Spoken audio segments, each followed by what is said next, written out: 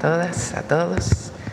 Bueno, hoy vamos a tocar 2 puntos. Siéntense, por favor. Está con nosotros Abraham Carro, que es el director general del Instituto Mexicano de la Juventud. Él nos va a hablar de la segunda jornada de Tequios y Murales por la Paz y contra las Adicciones. Jóvenes de todo el país salen a trabajar con sus comunidades, a mejorar los espacios públicos y en particular a hacer arte urbano en distintos lugares. Entonces nos va a platicar sobre ello Abraham. Y luego le pedí a la procuradora fiscal que viniera, a Grisel Galeano, procuradora fiscal de la Federación, porque es importante que se conozca cómo se calculan los adeudos fiscales. Cómo no es un asunto de negociación en lo oscurito, cómo es un asunto de ley. Cuando llegué a la presidencia en el Congreso de la Unión, juré guardar y hacer guardar la Constitución y las leyes que de ella emanen. Entonces es importante que se entienda que cuando se hace una revisión fiscal y se encuentran adeudos que debe pagar el deudor y que tiene derecho a sus reclamos dentro del marco de la ley, pero cómo es que se calculan, y particularmente algunos casos de cómo en el viejo régimen de consolidación fiscal se buscaba pagar el menor número de impuestos posible, generando condiciones que estaban al margen de la ley. Entonces es importante que todos conozcan esto y también qué dice la Constitución y a qué le permite al deudor descontar multas y recargos en el caso de que se pague. Así lo establece el Código Fiscal y la Constitución. Entonces le pedí a Grisel, ella va a hacer una exposición muy detallada de todo esto, por el tema de la publicación que hizo ayer el Grupo Salinas. Esto no es un asunto de negociación en lo oscurito, esos tiempos ya quedaron en el pasado. No es asunto de sentarnos a negociar que sí, que no. Mesas técnicas ha habido muchísimas sobre este caso en particular. Entonces él o este grupo tiene derecho a lo que tiene derecho cualquier deudor en caso de que pague. Pero es importante que todos lo conozcan. Nosotros siempre vamos a estar abiertos al diálogo, nosotros nunca vamos a cerrar la puerta a nadie. Pero negociación de la ley, nunca. Como dice Juárez, o decía Juárez, nada ni nadie por encima de la ley. Se llama Estado de Derecho. Para todas y para todos. Pero es importante que se conozcan los casos. Esto no es autoritarismo, no es… Las puertas del SAT están abiertas siempre a cualquier persona. Pero la ley es la ley.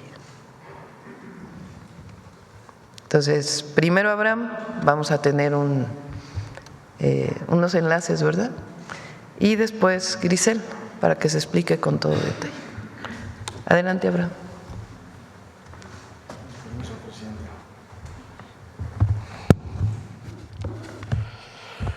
Muy buenos días a todas y a todos.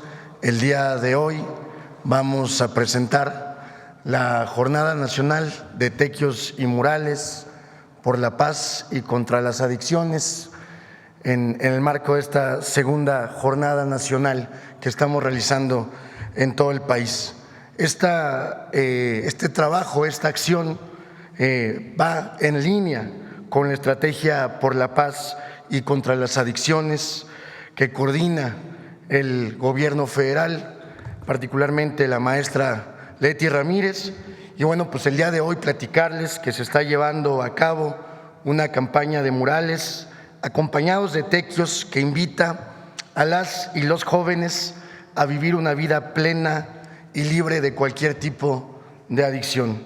Déjenme platicarles que esta jornada, estos murales están siendo en este momento pintados por los mismos jóvenes en los 32 estados de la República, en cientos de municipios, preparatorias, universidades, barrios, comunidades, kioscos, parques, en todo espacio público. En este momento miles de jóvenes están saliendo a pintar. La que sigue, por favor. Esto es histórico, quiero mencionarlo, porque contrario a lo que ocurría en los gobiernos neoliberales, donde por supuesto no estaban interesados en que los jóvenes se organizaran, en los gobiernos de la Cuarta Transformación y en el gobierno de la presidenta Claudia Sheinbaum se convoca a que las y los jóvenes se organicen y sean protagonistas de la transformación que vive México. Hace algunas semanas se presentó aquí en este espacio, el 14 de mayo se habló acerca de otra jornada precisamente en donde más de 1 millón de jóvenes, igual de los 32 estados, salieron a realizar tequios, es decir, a recuperar el espacio público entre jóvenes, para jóvenes y para la comunidad. Si me permiten ahora, les quisiera presentar el video de esta jornada que estamos realizando de murales. Listo, adelante. Hoy, 26 de septiembre, de manera simultánea, en más de 6,000 puntos desde los 32 estados de la República, 1 millón de jóvenes se unen a la Estrategia Federal por la Paz y en contra de las adicciones. Porque recuperar y apropiarse de los espacios públicos crea comunidad. Porque cuando ocupamos las calles y los muros, logramos nuestras metas con arte y construimos futuro. Cada trazo fortalece el tejido social. Hoy, México pinta por la paz un corazón enorme latiendo en colores. La transformación pone a los jóvenes en el centro y les da espacio para expresar su voz y su creatividad, dejando huellas con símbolos de esperanza. Hoy podemos decir con orgullo, las y los jóvenes hacemos tequio y somos historia viva. De la mano de nuestra presidenta Claudia Sheinbaum, escribimos un nuevo capítulo de transformación, donde somos el presente que deja huella y transforma el futuro de México. Listo. Efectivamente, aquí en el video que pasamos, lo grabamos ayer a mediodía, poquito ya como a la 1 de la tarde. Les quiero decir que desde entonces hasta este momento, en la noche que hicimos el corte, habían más de 8,000 registros de murales que se están realizando en todo el país. Ahí llevamos 6,000, ya vamos por encima de 8,000 y bueno, habría que ver el corte final, donde también se inscribieron, logramos la hazaña, la participación de más de 1 millón de jóvenes que están pintando y que están recuperando espacios el día de hoy. Hacer murales y tequios es también la oportunidad, y ellos lo saben, ellas lo saben, de hacer amigos, de compartir con compañeros, con compañeras, de generar comunidad y de hacer algo al mismo tiempo en beneficio de su comunidad y de la gente. La que sigue, por favor. Y bueno, nos parece importante mencionar que esta estrategia no es una acción esporádica, se encamina, se enmarca en una serie de acciones que busca principalmente generar permanencia en las juventudes. Por eso, en cada actividad que realizamos en territorio, estamos convocando a construir entre las juventudes comités de jóvenes por la transformación, que tienen como objetivo fomentar dentro de sus propios espacios el deporte, la cultura, el arte, el ajedrez, la recuperación de espacios, la lectura y principalmente las libertades de las y los jóvenes. Hoy los jóvenes están saliendo a pintar, a vivir en libertad, nunca más un país sin sus juventudes. Si me permite, Presidenta, nos podemos ir. Hay varios estados que ya están conectados, algunos en el norte por el tema del horario quizá no alcanzaron, pero quisiéramos enseñarle algunos de los puntos de estos más de 8,000 puntos registrados hasta el día de ayer, en donde ya los jóvenes están haciendo diversos murales, diverso arte, diversa creatividad, y bueno, pues aquí lo tiene.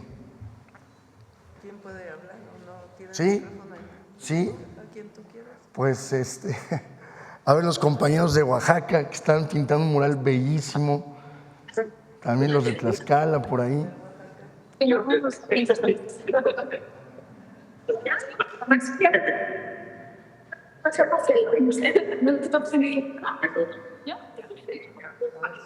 Si no, muy afectuosos saludos del estado de a Oaxaca. ver, Oaxaca, si andan por ahí. Muy emocionado de estar en nuestros megatequios Bienestar, Fachadas Primavera. Les enviamos un muy afectuoso saludo, una actividad que busca promover prácticas ancestrales como son los tequios. Invitamos a todas y todos los jóvenes mexicanos a poder sumarse a estas actividades que buscan el fortalecimiento de la comunidad, la promoción de paz y el rescate de los espacios urbanos. Estamos muy emocionados, les enviamos un afectuoso saludo desde Oaxaca y la primavera oaxaqueña. Saludos. Hola, muy buenos días. Los saludamos desde el Tecnológico de Villahermosa. Mi nombre es Víctor Emanuel Méndez Salvador y hoy en la Jornada Nacional de Tequios y Murales por la Paz, con creatividad, las y los jóvenes estamos construyendo la paz y estamos demostrando que otro mundo, un mundo mejor, sí es posible. Pero no sé si aquí nos empezamos.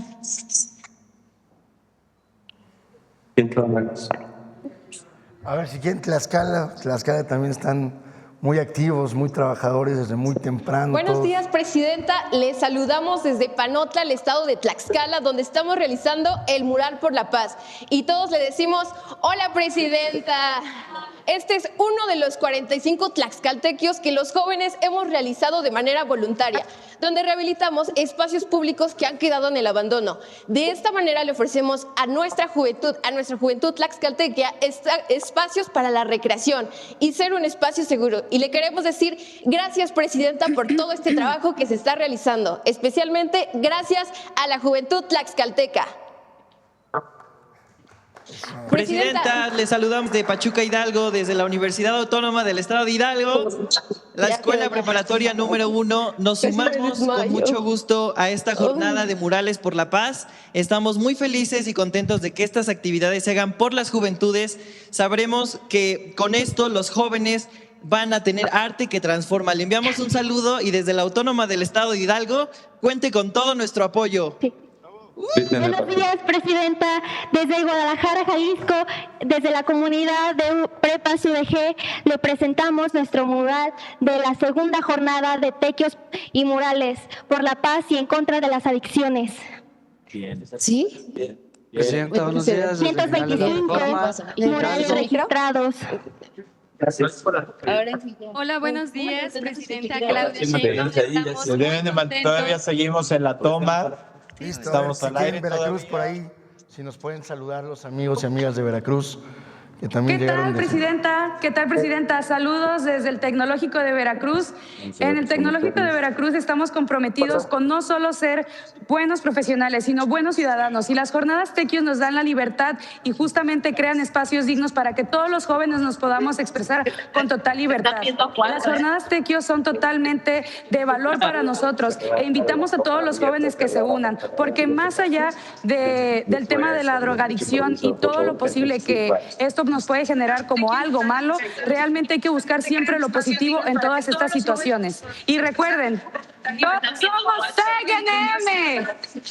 Muy bien, si Hola, quieren, muy buenos seguimos días, con- Presidenta Claudia Sheinbaum. Uno más adelante. Municipio de Guadalupe, Zacatecas. Estamos muy agradecidos y muy contentos de formar parte de esta segunda jornada nacional de Tequios y Murales por la Paz. Saludos desde Guadalupe, Zacatecas, presidenta. Seguimos toma, Muchísimas gracias a las amigas. Muchas gracias, amigas y amigos conectadas y conectados de distintas partes de la República. Y bueno, pues mostrarle, presidenta, y a todos. La vez pasada participó 1,085,000 jóvenes en los 32 estados. Les quiero platicar que esta vez volvimos a romper la cifra del millón y estaremos, si usted me lo permite informarle, presidenta, rompiendo la cifra de 1,085,000. Rebasaremos la barrera del 1,200,000 jóvenes participando en esta jornada. Muchas gracias, presidenta. Es cuanto. Muchas gracias a todas y a todos. Felicidades. Listo. Ahora sí, Grisel. Sí. Muchas gracias. Con su permiso. Buen día a todas y a todos. Es un gusto volverlos a saludar. Pues efectivamente, como ya lo anunció nuestra presidenta, hoy estamos aquí por parte de la Procuraduría Fiscal, la Secretaría de Hacienda y Crédito Público, y en nombre también del SAT, me voy hoy a referir a una historia de impuestos no pagados por un grupo empresarial. Y les voy a platicar cómo se calcula efectivamente y por qué tenemos este adeudo tan grande y qué figura fiscal aplicaba antes, luego por qué ya no aplicó y cómo es que se generó el adeudo. La siguiente, por favor. Este grupo empresarial y muchos otros ocuparon esta figura legalmente aceptada que en nuestro país se generó para favorecer un mecanismo que se le proporcionaba a las empresas para que estas empresas que eran muy grandes y que tenían muchas subsidiarias pudieran presentar sus impuestos como si fueran una sola, las conjuntaban, las consolidaban. Entonces, así una empresa, cuando le iba muy bien y tenía utilidades y resultaba que a otra de sus hermanas, subsidiarias o filiales le iba mal, pues se consideraba que podía tener pérdidas, entonces podían sumar y restar los resultados entre todas y así llegaban a un cálculo adecuado para todas para pagar un poco menos de impuestos. En ese momento era la estrategia para impulsar a las grandes empresas.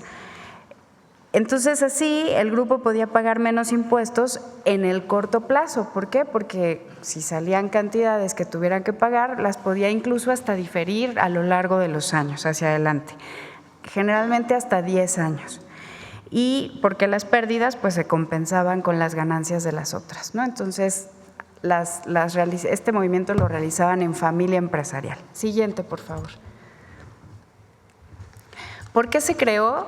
Bueno, en aquella época, ahora les voy a contar más o menos en qué año fue, la intención original pues era fortalecer a estos grupos empresariales, darles liquidez y hacerlas competitivas internacionalmente. En teoría, era un incentivo para invertir más y generar más empleos, porque el grupo no se veía obligado a pagar los impuestos elevados en el momento en que generaba el adeudo y podía postergarlo en el tiempo. Adelante, por favor. Pero hubo abusos. Se generó una problemática importante porque movían los números de la contabilidad para aparentar más pérdidas de las que en realidad tenían y provocar pagar menos impuestos, además ya de los beneficios que les daba esa figura. Entonces, diferían los impuestos durante muchos años sin pagarlos realmente y además afectaban su contabilidad para pagar menos. Y pues esto generó un grave problema a la recaudación del Estado y además se veía un trato desigual entre las pequeñas empresas, las medianas empresas, que además sí pagaban completo, y estos grandes consorcios. La siguiente, por favor.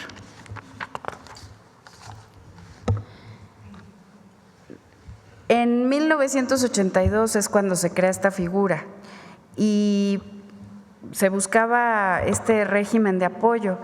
Después, entre 2000 y 2012, mantiene el grupo en aquel entonces en el poder, mantiene el régimen empresarial y empezaron a generarse ciertas críticas porque ya se estaba cayendo en un excesivo diferimiento.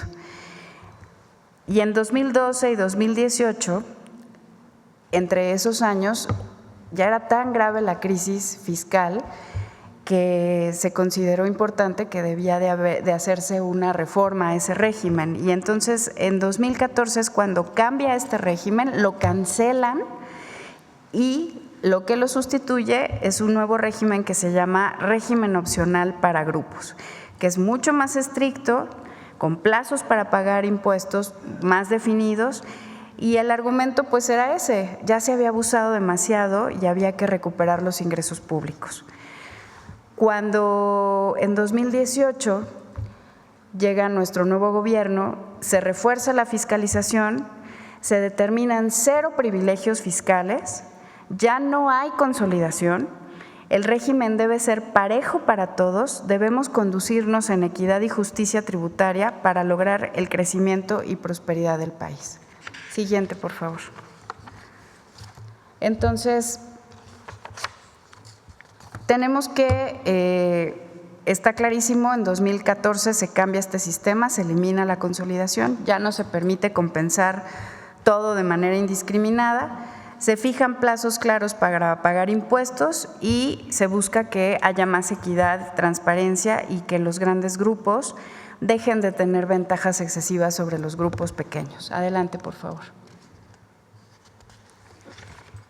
Pues este ejercicio entonces nos da una determinación legal, no fue al arbitrio de alguien, fue un cambio de norma y primero se permitió impulsar la inversión y el empleo, pero pues como se abusó, pues hubo pérdidas para la hacienda pública que todavía estamos tratando de recuperar. Siguiente, por favor.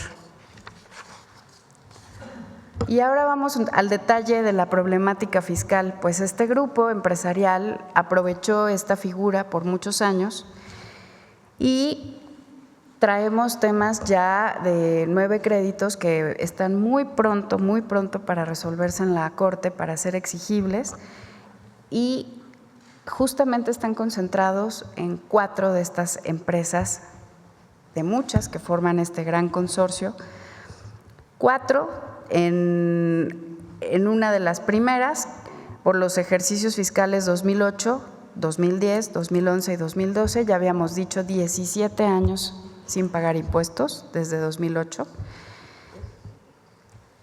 En la empresa número 2 traemos también un ejercicio fiscal de consolidación desde 2009, hagamos las cuentas de los años, más el ejercicio de la desconsolidación, una multa por pérdida indebida en la empresa 3, ahora les voy a platicar a qué me refiero con las pérdidas, etcétera, y en la empresa número 4 también deducciones indebidas. Entonces, todo es en el mismo grupo empresarial, es una estrategia de grupo. Adelante, por favor. Solo para recordar que en estos 9 asuntos o en estos 9 diferentes casos, tenemos un total, ya se acumuló, de 48,382,000 millones de pesos como adeudo total. Recordemos que se va actualizando, si no se paga se actualiza y entonces crece. Y pues estos casos ya están a punto de fallarse en la Suprema Corte, como les dije. Adelante, por favor. Pues vamos a entrar al detalle. En la empresa número 1, vamos a empezar por el ejercicio 2013, que es cuando la reforma entra y el Estado decide que ya no haya consolidación fiscal. Se habían juntado los ejercicios sin pagar, 2008, 2010, 2011 y 2012. Y en 2013, cuando se suspende el régimen, hay que hacer un corte de caja, así lo determinaba la reforma. Entonces, el SAT detecta que, aunque ya se terminó este régimen especial que les daba beneficios, la empresa no regresa los beneficios, porque así lo instruía la reforma, no regresa el dinero, no regresa a hacer las cuentas que debe de hacer con el SAT y hacer este corte de caja necesario para demostrar por qué aprovechó este beneficio en cada uno de los ejercicios y hacer las cuentas claras. Entonces, la situación actual que tenemos ahora es que en 2018 y hasta ahora, en los tribunales, pues ya se ha determinado que el SAT ha tenido la razón al haber llamado a esta empresa y determinarle este crédito fiscal que inicialmente era de 24,968 millones. Eso es lo que se requiere de pago ahora.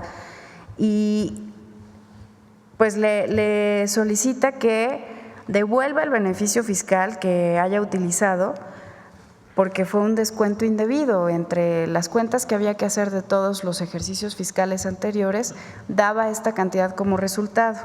Entonces, tenemos 16 años de incumplimiento de pago desde que no ha querido sentarse a hacer las cuentas claras con el SAT. Y ya específicamente, siguiente, como tampoco pagó el total, que es lo que les comentaba ahorita, pues entonces el SAT tiene la obligación de hacer una cuenta por separado por cada ejercicio fiscal, por cada adeudo. Tenemos el ejercicio de 2008 con 2,096 millones. Es lo mismo, declaró pérdidas indebidas al vender acciones. Son estos movimientos corporativos de ventas de empresas y compran acciones en otras empresas y no calculan correctamente el costo promedio de cada acción. No todas las acciones en las empresas cuestan igual. Y entonces, pues aprovechaban que había empresas que traían pérdidas o ya iban en picada, las compraban, las hacían suyas como pérdidas y luego las restaban de sus utilidades o de sus ganancias y eso hacía que disminuyeran sus montos de impuestos. Movieron sus números y aparentaron pérdidas, pagaron menos, hicieron muchos movimientos corporativos, varias fusiones, divisiones de empresas y generaron artificialmente una pérdida fiscal que luego fue usada, insisto, para pagar menos impuestos. Desde 2018 también estamos litigando estos juicios y es uno de nuestros asuntos que ya está próximo para fallarse en la Corte.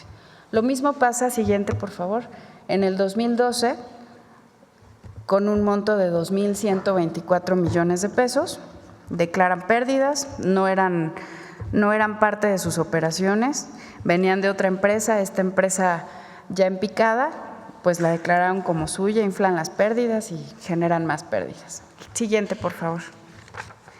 Interesante viene en 2010,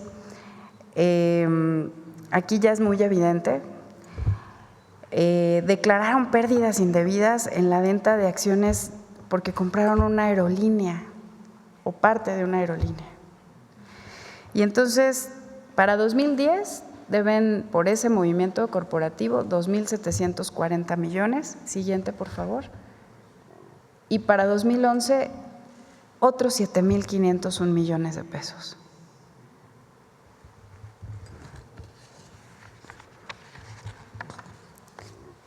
Sin palabras. En la empresa número 2, tenemos 2 ejercicios fiscales ya con temas en corte. ¿Qué pasó? En el ejercicio 2009 que se determinaron 3,547 millones. Igual la empresa declaró pérdidas, venían de otras sociedades, no eran operaciones reales de la propia empresa y crecieron sus pérdidas. Y aquí, curiosamente, sí hay un cúmulo de empresas más sustanciales. Varias empresas. Se fue acrecentando el abuso de la figura de la consolidación. También ya se ganaron 2 instancias y el caso ya también está para fallarse en corte.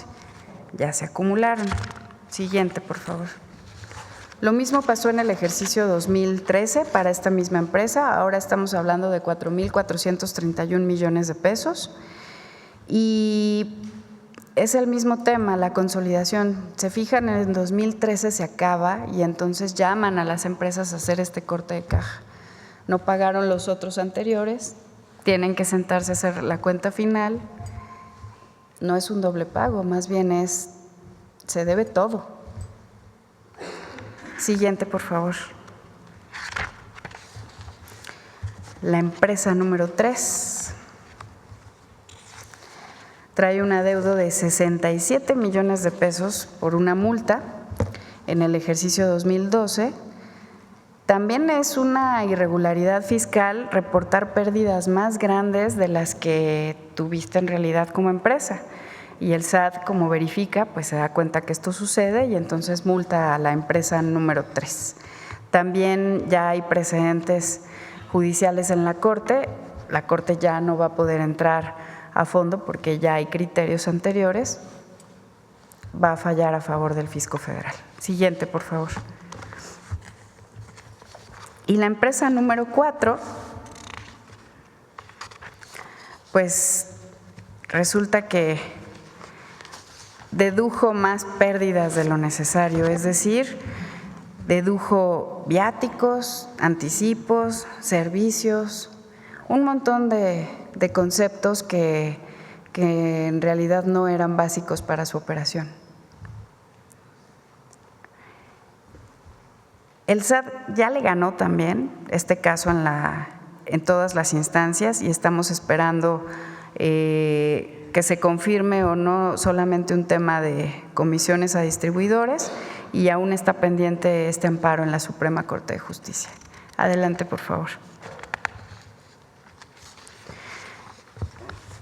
Como verán, estos 9 casos muestran un patrón de abuso de la figura de la consolidación fiscal. Per se no era mala, tenía un buen objetivo, pero se abusó de ella. Y después de haber usado pérdidas durante años de empresas que fueron adquiriendo con el paso del tiempo, en la mayoría de los juicios se ha determinado que el SAT tiene la razón, ha ganado y desde la primera instancia, pero las acciones de litigio de este grupo pues han sido muy agresivas y por eso nos han llevado tantos años hasta ahora que vamos a esperar una resolución firme ya de la Suprema Corte de Justicia. Por favor, siguiente. Y como lo comentaba nuestra presidenta, hay un beneficio constitucional establecido en el artículo 28, pero una obligación para el Estado mexicano. Están prohibidos los monopolios, los estancos, pero también las condonaciones de impuestos y las exenciones de estos.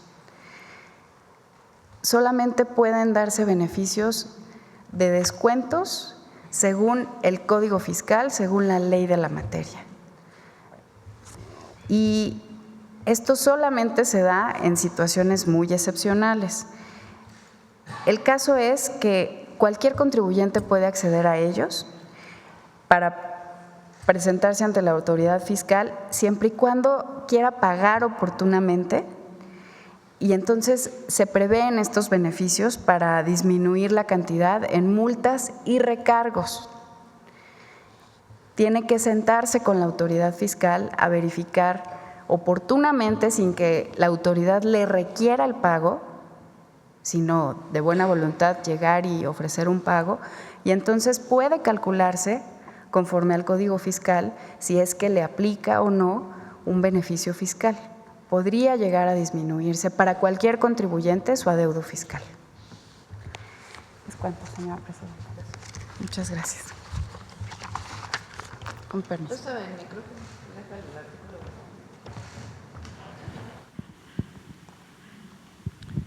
Esta fue incorporada por el presidente López Obrador en la Constitución. No existía.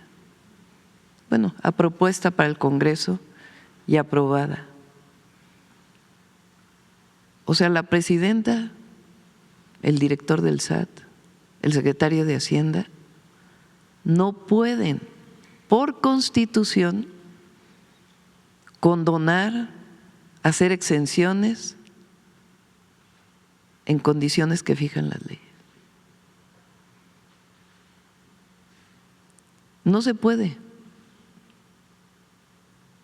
La Constitución claramente dice que las condonaciones de impuestos y las exenciones de impuestos en los términos y condiciones que fijan las leyes está prohibida.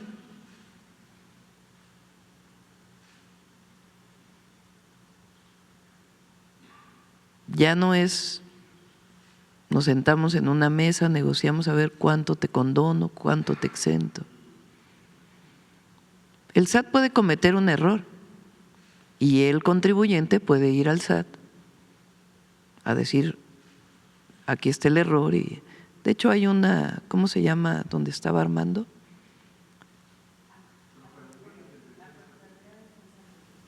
La Procuraduría de Defensa del Contribuyente. Existe una institución, la Procuraduría de Defensa del Contribuyente, donde si alguien supone que hay un abuso de la autoridad, pues puede acudir a la Procuraduría.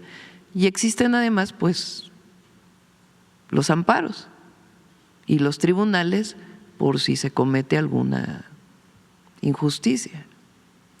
El tema es que aquí ya pasó del viejo Poder Judicial, ni siquiera del nuevo.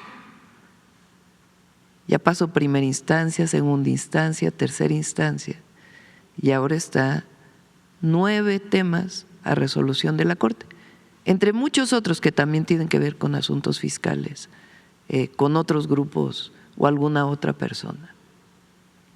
Entonces, ¿qué beneficios puede tener? Los beneficios que dice el Código Fiscal, que se le pueden quitar las multas, los recargos, si es que desea pagar. Pero lo que dice la ley. Entonces, la puerta del SAT está abierta, pero es en el marco de la ley. Este no es un asunto político, más allá de cualquier diferencia política. No es un asunto político. Es un asunto de cumplimiento de la ley.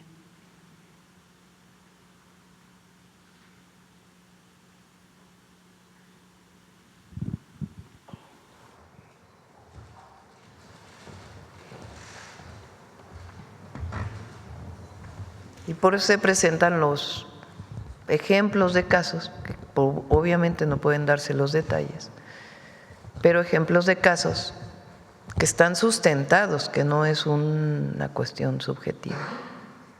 Bueno, ahora sí, vamos a las preguntas sobre el tema. A ver, vamos a ver aquí la compañera.